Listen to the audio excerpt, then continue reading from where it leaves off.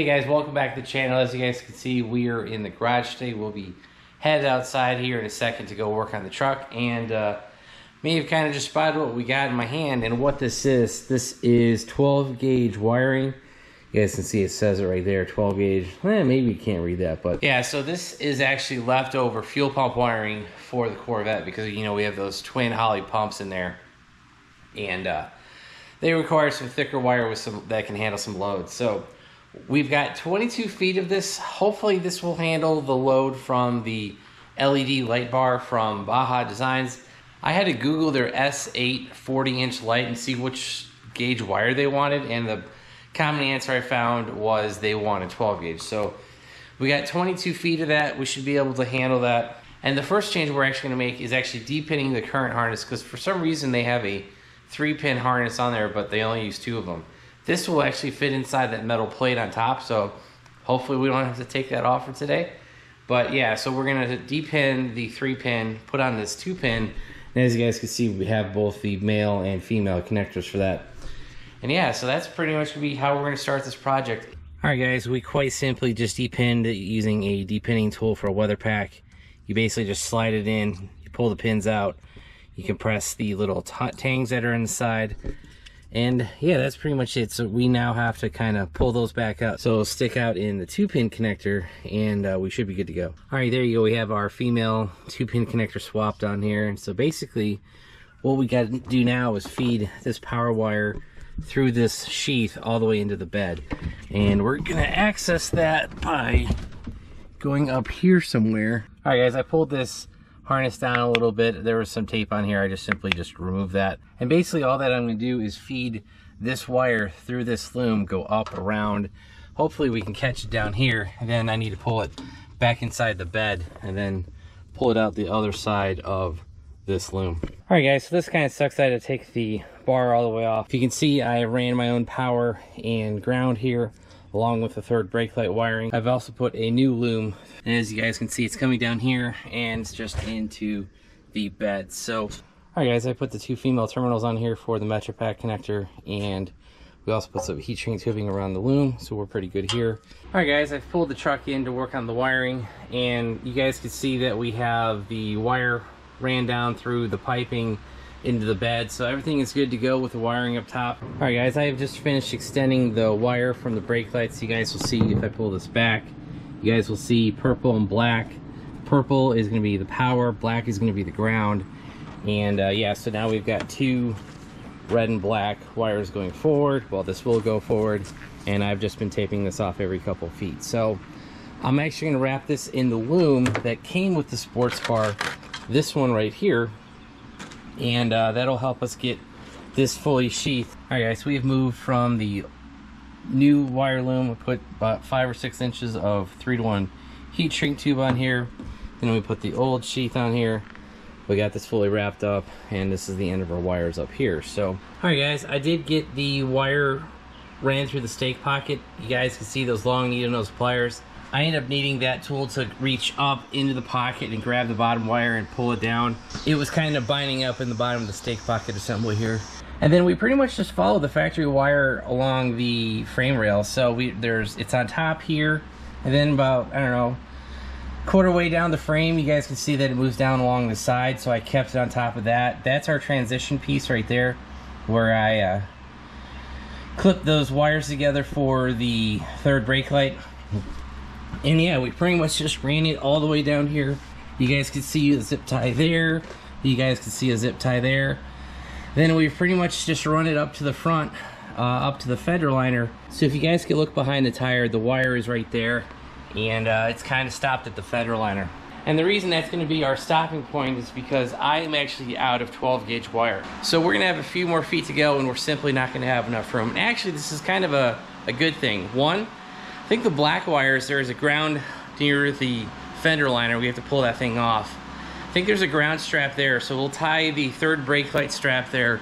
We'll tie the LED light bar ground there as well. And where the wires stop now, I can actually put a 2-pin weather pack in there, and one will go to the power source for the light LED bar, and the other will go to the brake line source. So yeah, that's pretty much kind of perfect ending there, because if we ever have to take the cab off, you need to be able to disconnect that wire, pop that 2-pin connector off, and you'd be able to raise the cab right up. So yeah, so that's actually pretty cool that you'd be able to disconnect it there.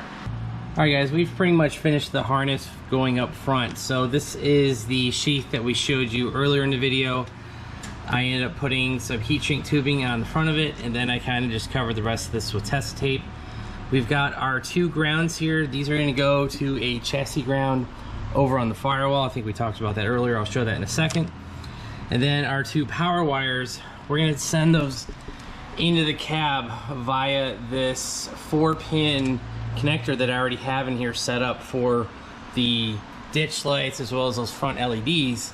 And then on the other side of this 4-pin connector, I'm actually going to run it through here. You guys can see this cable right here. Run it through there like we did the speaker wires, the ditch lights, as well as the power for those front LEDs. We're going to run that through here. So, all right guys, you can see the ground right here. It's a 13mm nut. Just pull that off, put our 2 ground straps on there.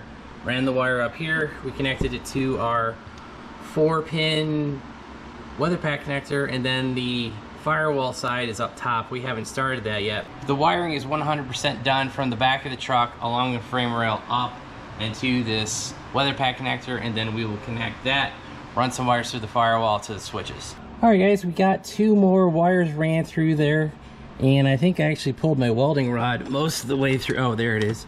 It's right here. So we used some welding rods, some tape, and we were able to get these 2 wires ran inside.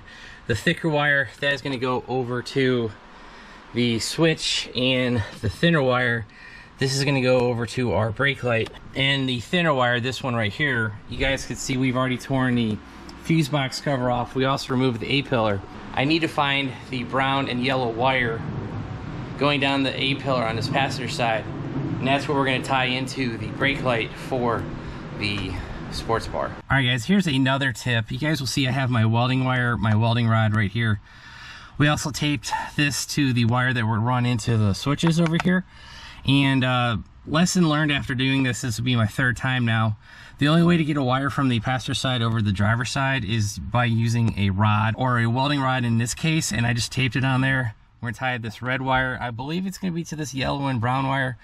I think that's switch number 3. It might be this brown and white wire. I'll have to double check that, but we will tie one of these into this red wire, and one of those 2 wires will give power to our LEDs. So let me go look that up real quick.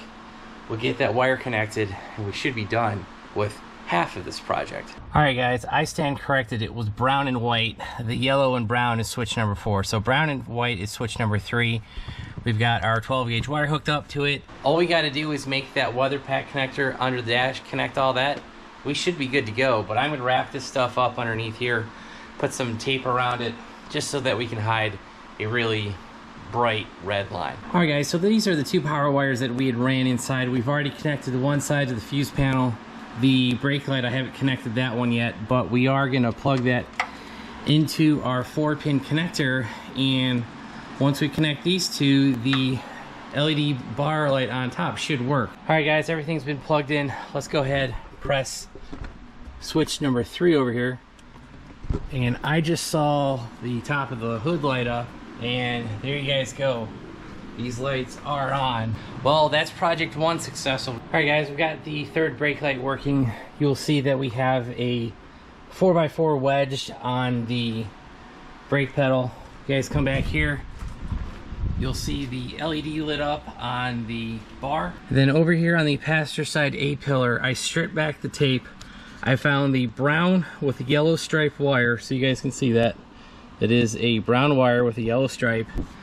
Connected our signal to the car side, and then this side we're just going to tape off, tape it back in the harness if we ever want to return it back to stock. But yeah, so we're just interrupting the signal. This would go normally through the cab and to the rear brake light. So we're basically intercepting the signal here, sending it down through the truck, under, back up, and into the sports bar and onto the brake lights. So yeah, we are done. All right guys, you wouldn't be able to tell that I had modified anything in here, but we did wrap up the connection between the red wire and the brown and yellow wire. Did have a little bit extra wire, so I kind of just ran it up, taped it, looped it back and ran it down toward the bottom. And so yeah, that's pretty much gonna be about it for the brake light and the brake signal. So we have the brake light working now, and we have the LED light bar working as well. So let's assemble the interior, put the fender liner back in, and we should be 100% done. All right guys, I kind of wanted to show you the light at night. So here are our ditch lights. Here is the spotlight. You guys can definitely see that it lights up a whole crap ton in front of the car. So I know we're getting a bad reflection off of the street sign here, but yeah, you guys can see this spotlight definitely lights everything else up. So, oh, I'm not sure if you guys can see, but look, if you guys can see ahead, there's 3 deer right underneath these power lines. So definitely help with the spotlight, and I just wanted to show you guys some deer. All right, here's another section of road. Ditch lights, lights it up pretty well. Let's turn those off. Big spotlight, obviously it kind of lights up everything. Throw the ditch lights, yeah guys, you can see pretty much everything. So just yeah, these lights are really good. All right guys, there are 2 or 3 deer to my right and left. Kind of see them with the ditch lights, definitely can see them with the fog lights.